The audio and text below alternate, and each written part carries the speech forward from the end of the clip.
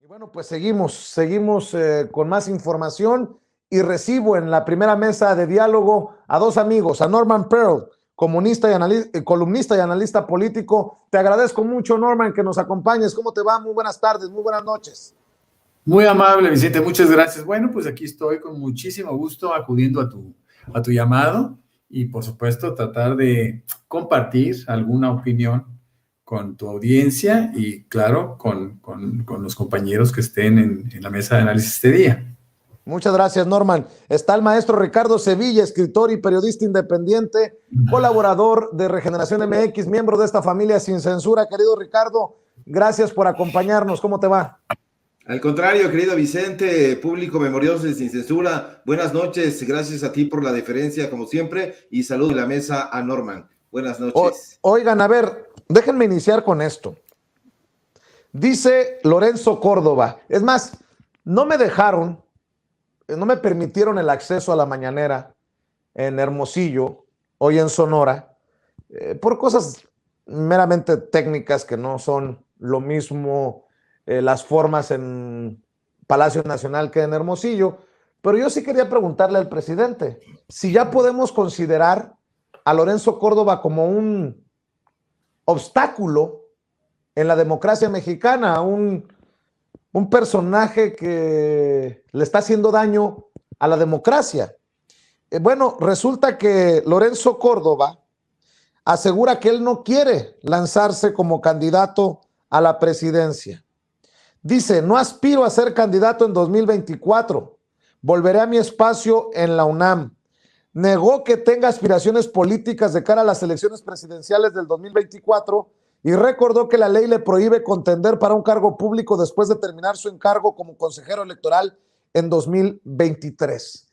Dame tu opinión de este protagonismo, yo creo que ya enfermizo de Lorenzo Córdoba, quien incluso amaga con ir ante la Suprema Corte de Justicia de la Nación si se concretan los recortes presupuestales para el INE, asegura que se pone en riesgo grave la consulta de revocación de mandato por el dinero y el dinero y el dinero y todo alrededor del dinero y de los reflectores para Lorenzo Córdoba, quien sigue ganando muchísimo más que el presidente de la República. Yo te hago las mismas preguntas que le iba a hacer al presidente Norman, también te las hago a ti, Ricardo.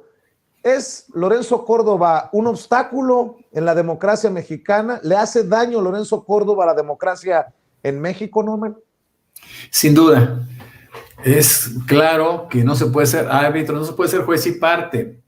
Él ha seguido participando o ha estado participando de una forma muy clara en beneficio de un grupo específico y esto no le da, es decir, eso no le permitiría que pudiera seguir ostentándose como un sujeto imparcial, ¿no? Yo creo que, y lo comentamos en su momento, Lorenzo Córdoba equivocó el espacio para poder hacer política, ¿no? Definitivamente. Ahora, hay que decir que ese mismo Lorenzo Córdoba fue el que en su momento fue candidateado por abogados. Los abogados, acuérdense que hace algunos meses lo destaparon como posible candidato a la presidencia y lo señalaban como uno de pocos hombres que hay también colocados para ese ejercicio, pocos hombres también colocados en este país como Lorenzo Córdoba. Y ese mismo Lorenzo Córdoba, que asegura que no tiene interés, que él va a regresar a la UNAM, en su momento dijo que regresará a la academia, que tiene mucho respeto a su investidura y que lo vayan a buscar después de que termine su encargo. O sea, en su momento dejaba abierta la puerta. En su momento yo no lo oí muy enojado porque el periódico El País lo pusiera en la lista de posibles candidatos. ¿Te acordarás, Ricardo Sevilla? Así es, me acuerdo perfectamente de esa candidatura respaldada por El País. No solamente fue una sugerencia, fue un apoyo completamente, y hay que recordar con datos duros quién es Lorenzo Córdoba. Lorenzo Córdoba, entre otras villanías, además, o independientemente de su cercanía con Héctor Aguilar Camín o Enrique Krause, estos personajes que han sido críticos beligerantes de López Obrador, han utilizado el INE para sus propios fines. Hay que recordar, por ejemplo, cuando en las pasadas elecciones infiltraron el PREP, ¿sí? ¿Se acuerdan que utilizando al INE, pues bueno, introdujeron a personajes que trabajaban en la revista Nexos y en la revista Letras Libres y que colaboraban al mismo tiempo con Lorenzo Córdoba, y bueno, infiltraron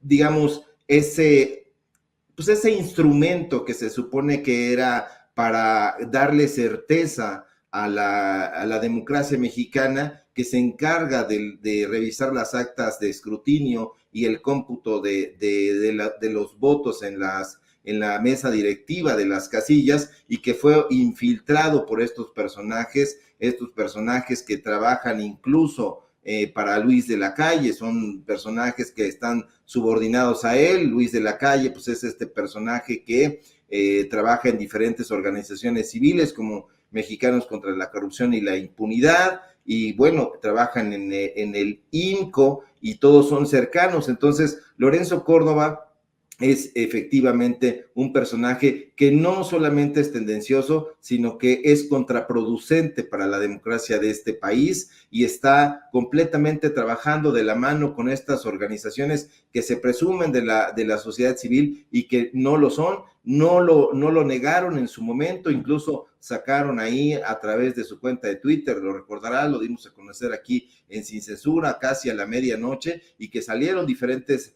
analistas y actores políticos a hacer este reclamo, y que no les llamó la atención, y que dijeron: sí, Sofía Isabel Ramírez Aguilar trabaja con nosotros y continuará haciéndolo. Sí, Sebastián Garrido de Sierra trabaja con nosotros y continuará haciéndolo, y van a estar al frente del COTAPREP. Y bueno, pues esto ha dejado en entredicho, además de los diferentes contratos que le han dado a Enrique Krause para malcontar los procesos democráticos de este país. Entonces ya se tendría que ir como lo hizo Santiago Nieto, con muchísimo más gallardía, pero este personaje no parece tocarle ese tipo de señalamientos y de acusaciones.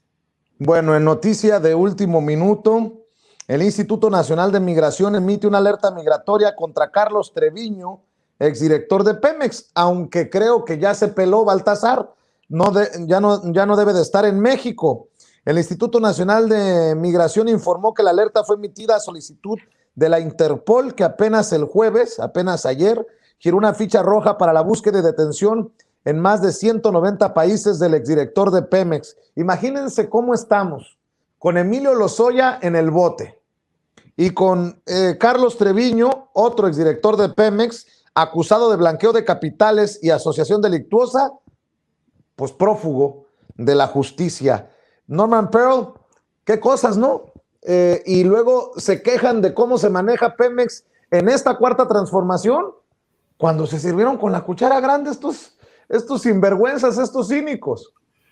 Sí, esto ha sido terrible. La verdad, yo creo que el gran pendiente que pudiéramos tener los mexicanos es encontrar el momento adecuado para no solo exhibir a esta gente, sino pues encontrar los delitos específicos, entre otros traición a la patria, para poder llevarlos ante los tribunales. Fíjate que yo estuve revisando los periodos que vivieron los diferentes directores de Pemex, y me encontré con que Lozoya estuvo desde diciembre de 2012 hasta febrero de 2016. En esta época, en este tramo, se firmaron distintos contratos, todos lesivos para el interés público, para el interés popular. Después llegó José Antonio González Anaya a sustituirle, y en esta época aparentemente le dio seguimiento a los acuerdos que se habían tenido dentro del gobierno de Peña Nieto. Sabemos que termina el periodo, hasta prácticamente le entrega al gobierno, a la administración del presidente López Obrador, este señor de apellido Treviño. Y aquí surgen muchas confusiones. Pero yo quisiera irme un poco atrás del gobierno de Peña Nieto y encontrar todos los desaguisados, todos los pormenores inclusive, de muchos eventos que iniciaron este proceso delictivo. Y fíjate lo que son las cosas, Vicente, Ricardo, audiencia. El gran depredador de México es Felipe Calderón. Felipe Calderón sienta las bases de la corrupción, cuando menos en la industria energética. Y lo hace de una forma tan canalla, tan terrible, que en un momento dado el individuo termina por ser hasta respetable. A mí me da muchísima tristeza pensar en manos de quienes hemos estado, y sobre todo la industria estratégica, la industria energética, cómo pasó apenas el tamiz de la desgracia, de la tragedia, en manos de estos individuos. Es Felipe Calderón quien inicia procesos de entrega. Cuando el presidente López Mateo se refería de una manera muy enfática en aquel discurso del 60, y cuando decía que vendrá algún traidor a entregar o a buscar entregar a la industria eléctrica y energética al extranjero, pues estaba refiriendo a Felipe Calderón. Y lo vemos como desde el momento que se crea aquella empresa de Odebrecht, filial de Odebrecht aquí en México, y se le entrega la posibilidad de que pueda operar, inclusive se le financia, eso lo sabemos todos, a través de la banca de inversión mexicana, en condiciones muy ventajosas, y todavía le dan la oportunidad de que para otra empresa que ellos mismos crean, también de saliva, como se suele decir en el ámbito financiero, se les iban a suministrar 66,000, lo tengo por aquí el dato, 66,000 barriles diarios de etano como materia prima a esa planta. Recordamos cómo dentro del Consejo y dentro de la composición del Consejo, en aquella época, el presidente de la República era Felipe Calderón, y el presidente del Consejo de Pemex era José Antonio Meade. Y también sabemos que hubo un consejero independiente que se opone a que se hagan estos contratos, y dice, bueno, es que estos contratos van a dañar terriblemente a Pemex, ¿no? Ese es el momento de detenerlo. Debemos destruir este contrato. Y José Antonio Meade se opone. Esto es en 2011. Se opone a que Rogelio Gasca Neri siga adelante con su propósito de detener este saqueo a Pemex.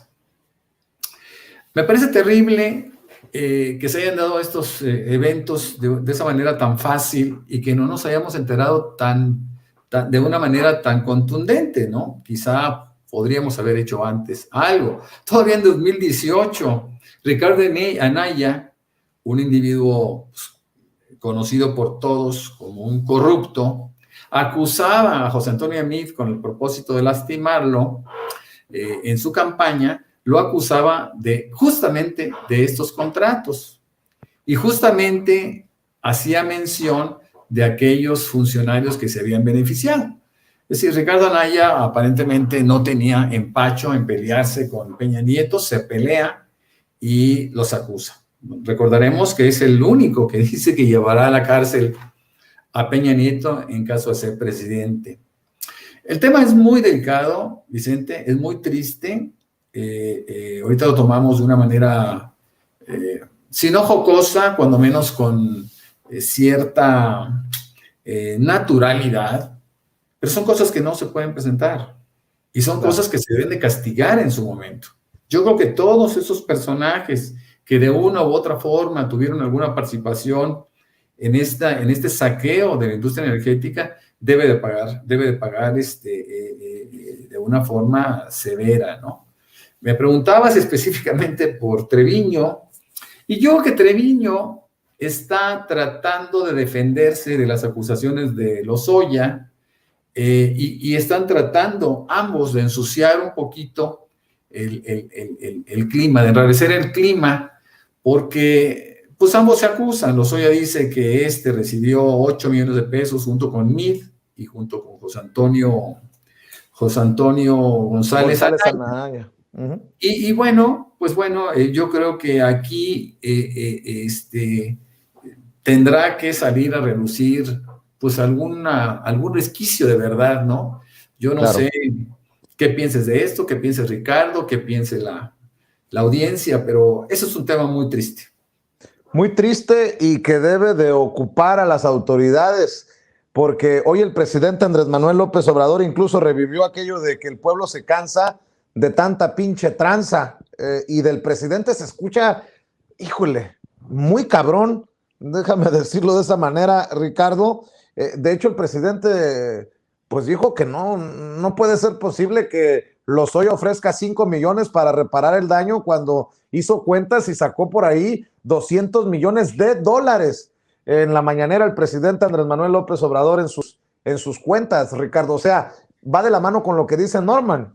Esto está más grotesco de lo que nos pudimos haber imaginado.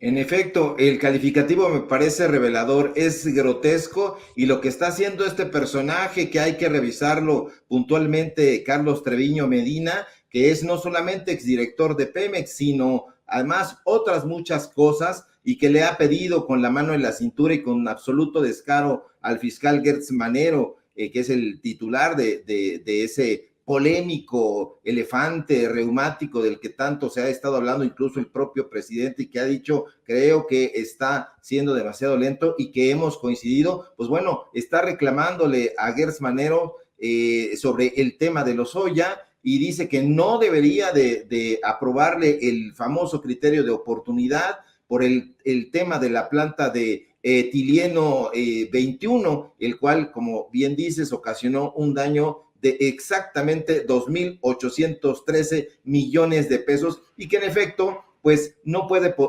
pagarlo porque ya se lo gastó. Este personaje es un sujeto que tiene una cola larga y bueno, rasposísima. Hay que recordar que Carlos Alberto Treviño Medina, que es el nombre completo de este personaje, trabajó no solamente, como digo yo, en la administración de Petróleos Mexicanos durante el sexenio de Calderón, sino que también se integró al Instituto Mexicano del Seguro Social en su momento, en el gabinete de este personaje también, que ha estado siendo mencionado en los últimos días, que es José Antonio González Anaya, porque ahí él lo reclutó como director financiero, donde dejó muy malas cuentas. Estuvo también en la dirección corporativa de administración de la misma institución, este personaje que es egresado del Tecnológico de Monterrey y que aparentemente no tendría absolutamente nada que hacer en este perfil, en Petróleos Mexicanos, ni en el Instituto Mexicano del Seguro Social, ni en nada que tuviera que ver con eso, porque es un ingeniero en alimentos, pues está ahí tratando de pelarse, como tú bien dices. Ya hay una orden para que, una ficha para que se le atrape. Yo creo que ya no estará aquí, porque es un personaje que ha estado inmiscuidísimo en el asunto de este tema tan lesivo para los mexicanos y las mexicanas. Ha tenido puestos estratégicos al lado de no solamente de Calderón, sino también de Peña Nieto. Estuvo por ahí como oficial mayor en la Secretaría de Economía, pero también en la Secretaría de energía, y es aquel personaje que dijo en su momento que si se cancelaba la reforma energética que propuso el peñanietismo, pues no habría manera de pagar indemnización a los que él ya suponía que iban a ser extrabajadores de Pemex. Entonces es un sujeto que hay que observar con muchísimo detenimiento, y por supuesto que es un gran desafío para la Fiscalía General de la República. Ojalá que le dé muchísimo más celeridad y un seguimiento que los mexicanos y las mexicanas pues estamos tránsidos de que se haga, y que ya los metan definitivamente al bote, porque hay muchísimas pruebas en contra de y de toda la gente que está inmiscuida en el tema de petróleos mexicanos. Bueno, eso por un lado, de Emilio Lozoya, que dice, acépteme $5 milloncitos, nunca recibí soborno, soy inocente, pero acéptenme estos 5 millones porque me urge irme a las lomas a comer pato a la Orange. Pero ¿qué me dicen de Alonso Ancira, el socio de Altos Hornos de México, quien fue exhibido hoy por el presidente Andrés Manuel López Obrador? Reveló que Ancira no quiere pagar, a pesar de que le dejamos su reparación en pagos por lo de agronitrogenados. Ahora no quiere pagar el señor, dice el presidente Andrés Manuel López Obrador. No, pues ya también, que no se pasen de lanzas, Norman. Bueno, la verdad es que aquí hay que ver en qué términos se dio la negociación para que el tipo saliera de la cárcel y se comprometiera a pagar esos $200 millones en 4 partidas de $50 millones al año.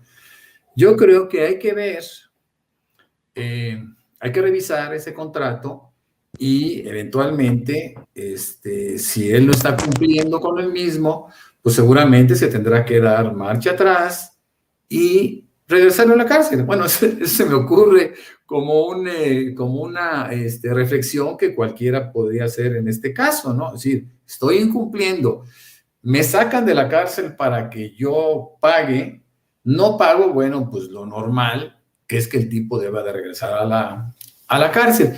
Pero mira, hay muchas cosas raras dentro de estas, de estas facilidades, ¿no? De esa permisividad a la cual se ha acudido, pensando que todo el mundo va a actuar como en justicia se debiera hacer. Pero lo que sí es cierto es que Alonso Ancira tiene todo un pasado, ¿no? Un pasado empresarial, entre comillas. Fue un beneficiario de los gobiernos neoliberales corruptos, y fue uno de tantos aquellos que fueron elegidos para que se prestaran a juegos sucios, ¿no? Él mismo, entiendo que compra Altos Hornos de México en una bicoca, después compra esta empresa, que la compra siendo chatarra, la vende como chatarra, y después Pemex tiene que invertir $800 millones para reactivarla. Es decir, cuando se habla de $200 millones del robo que hizo, del sobreprecio que ejerció, por supuesto que con la complicidad de Pemex, hay que pensar también en cuál es el daño colateral. Es decir, cuando nosotros hablamos que Lozoya tiene una deuda, o él asume que tiene una deuda con el país de $5 millones, es porque sus cuentas pues son muy alegres, porque realmente lo que él hizo, lo que él recibió a través de Odebrecht y a través de diferentes empresas que le metieron dinero a las campañas priistas, bueno, pues todo eso se tiene que ir juntando, ¿no? Pero aquí lo importante, y lo decía muy bien Ricardo desde mi punto de vista, cuando nosotros notamos que hay una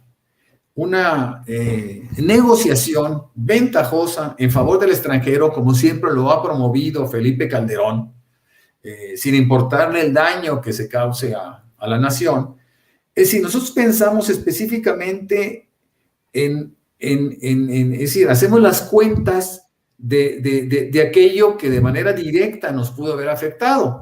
Pero si nosotros tomamos en cuenta la evolución que han tenido esos negocios siempre en contra del país, pues podemos concluir que el daño es bastante mayor, ¿no? Y cuando el presidente habla de que quiere pagar los Lozoya $5 millones, bueno, seguramente si le hacemos una cuenta correcta y no dejamos de incluirle sus consumos, pues podemos llegar a la conclusión de que Lozoya no le va a alcanzar la vida para pagar, y eventualmente, así lo desearíamos los mexicanos, para salir de la cárcel, ¿no? Oye, Ricardo, si a Lozoya le dijeron que era un acto de provocación haberse ido a comer al restaurante, pues ¿qué significa esto que dice el presidente de Alonso Ancira, que no quiere pagar lo que prometió que iba a pagar en pagos? Pues es de la misma calaña este personaje. Yo diría que ahí se avienta, como dicen los franceses, un tete a tete con Lozoya, porque hay que lamentar, por ejemplo, que haya en la cárcel personas que han perpetrado robos menores, que están ahí purgando prisión, mientras estos personajes que son altamente corruptos y que han sido mencionados como ladrones de cuello blanco y que lavan millones de pesos y millones de dólares, se pasean como Alonso Ancira a bordo de estas camionetas que parecen barcos y que fuman en el rostro de las personas y en el rostro de su equipo, y que van muy campantes camino a casa. Y bueno, este es el país que nos heredó el PRI, el PAN. Es el país donde ahorita en estos 3 años se está haciendo una transformación no solamente en el ámbito político, en el ámbito económico también, en el ámbito de la justicia que urge tanto. Y bueno, Alonso Ancira, desde mi punto de vista, es el ejemplo cabal de lo que ha funcionado mal en la aplicación de la justicia penal, que se le tiene que revisar.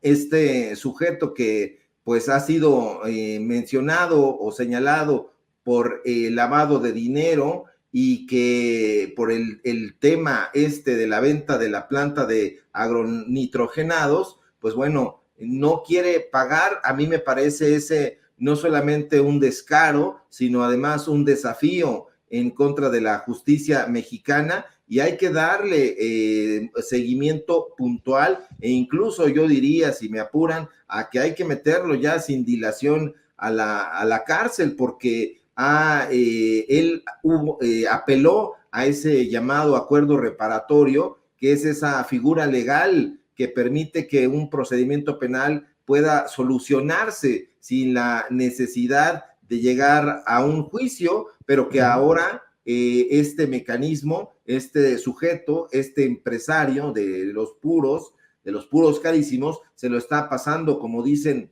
en mi barrio, por el arco del triunfo. Y yo creo que no se trata de tolerarlo. Yo creo que esto es un desafío, insisto, contra el gobierno federal, y no lo tiene que tolerar el presidente de la República. Me parece que hace muy bien en exhibirlo delante de ese foro tan importante en el que se ha convertido la mañanera. Entonces, Alonso Ancira es definitivamente un personaje con muchísimo poder, pero es un personaje corrupto, y al que yo celebro que se le esté pues dando este trato, porque el tipo incluso en su momento, hay que recordarlo, tramitó un amparo contra lo que él dijo que eran unos tratos crueles en el reclusorio norte, pero que no ha llegado ahí para nada, y que esperemos, o yo confío en que sí llegue ahí y que lo metan urgentemente tras las rejas.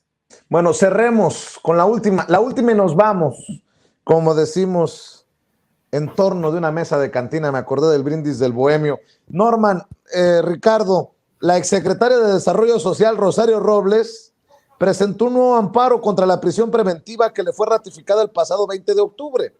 Además, convocará a actos de resistencia civil y pacífica Me tiro por la ventana. Actos de resistencia civil y pacífica a mediados de noviembre. Dijo en entrevista en Imagen, sigue de gira artística por los medios de comunicación desde la cárcel. Llamará a sus familiares y aliados a acciones de resistencia civil y pacífica para el 15 de noviembre próximo. Cuando parece que ya vimos todo, siempre me sorprende Norman Pearl. Bueno, yo creo que le están animando para que lo haga, no solo para que busque la posibilidad de sustraerse a la justicia, sino también para evitar un potencial acoso por parte de las autoridades para que ella pueda o ella dé la información suficiente para crecer, seguir creciendo en las indagatorias. Me parece que cuando hay esos actos de valentía, están precedidos por permisividad, por tolerancia extrema. Yo creo que es el momento de crear una campaña que simplemente divulgue las circunstancias por las cuales ella está en la cárcel. No es cosa menor. Estamos hablando de una cantidad extraordinaria de dinero que fue desviada de beneficios de carácter social a enriquecer a determinadas empresas y personas, fantasmas, casi todas, y sobre todo para poder empujar campañas electorales. Yo creo que en la vida no debe de haber crimen sin castigo. Es decir, ya basta de la impunidad, ya basta de seguir sobreviviendo sin sobresaltos a pesar de sus crímenes, ¿no? Creo firmemente, como en el caso de los otros personajes que hablamos, Rosario Robles tiene que enfrentar a la justicia, una justicia severa, de una manera más digna, ¿no? Hay quienes piensan que ella se está jugando la vida en caso de que no, en caso de que hable. Es decir, siempre hay una explicación o siempre hay una justificación para poder tratar de mostrar a la gente corrupta de una manera más humana, ¿no? Cierro con eso porque me parece igualmente triste que los otros temas que platicamos, ¿no? Rosario Robles no merece la libertad. Fuimos del no temas, Rosario, al no manches, Rosario, mi querido Ricardo Sevilla. Fíjate que estoy revisando las cifras de los detenidos en la alcaldía Iztacalco y de ayer a hoy han detenido a 18 personas y no les dan entrevista exclusiva con Pascal Beltrán del Río, y Rosario Robles Berlanga tiene entrevista exclusiva con Pascal del Río para Imagen Radio, que es de Olegario Vázquez Aldir. Ya no la dirige Vázquez Raña porque él ya no está en sus 5 sentidos, quizá nunca lo ha estado. Me llama muchísimo la atención que esté acusando que hay una venganza orquestada desde la tribuna, según dice ella, más alta de la República. Se está refiriendo a que hay una venganza de parte del presidente, pero no lo está diciendo con todas sus letras. Le dan una cobertura especial en Animal Político y eso llama a contradicción, porque en Animal Político precisamente fue donde los mexicanos contra la corrupción y la impunidad, en esa investigación,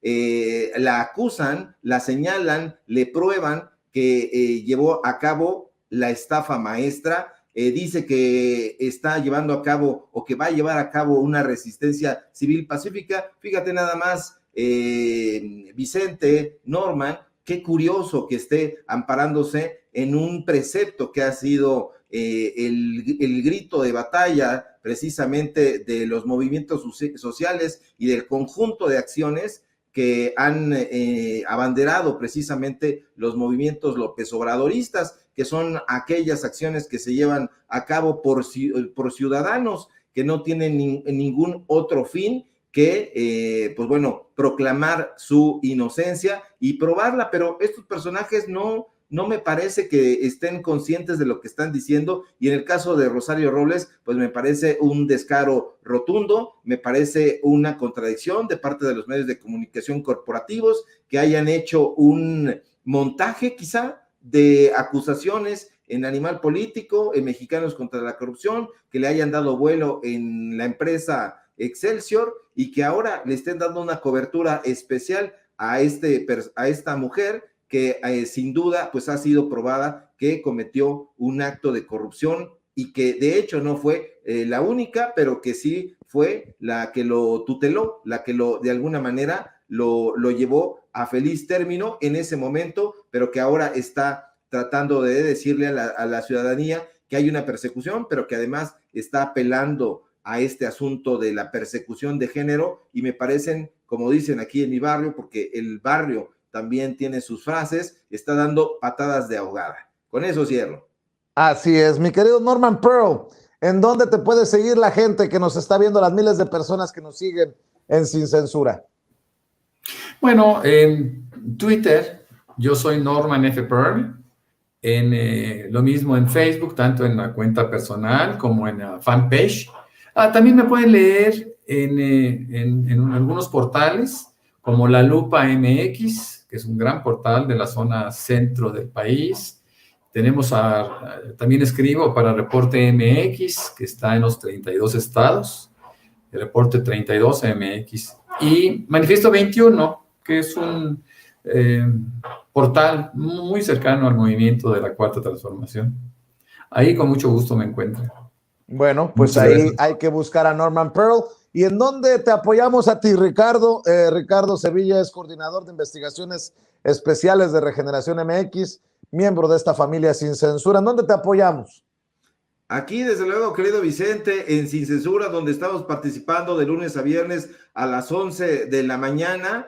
Y bueno, en Regeneración MX, como dices, donde estamos haciendo un esfuerzo, ya implementamos una sección cultural, vamos a implementar un suplemento cultural, estamos llevando a cabo el tema de la opinión, donde ahí tenemos un buen equipo de opinión. Estamos en un programa que es el programa de los datos duros a través del canal de YouTube de Regeneración, donde estamos de lunes a viernes de 4 a 5:30 de la tarde, hora del centro de la Ciudad de México, perdón.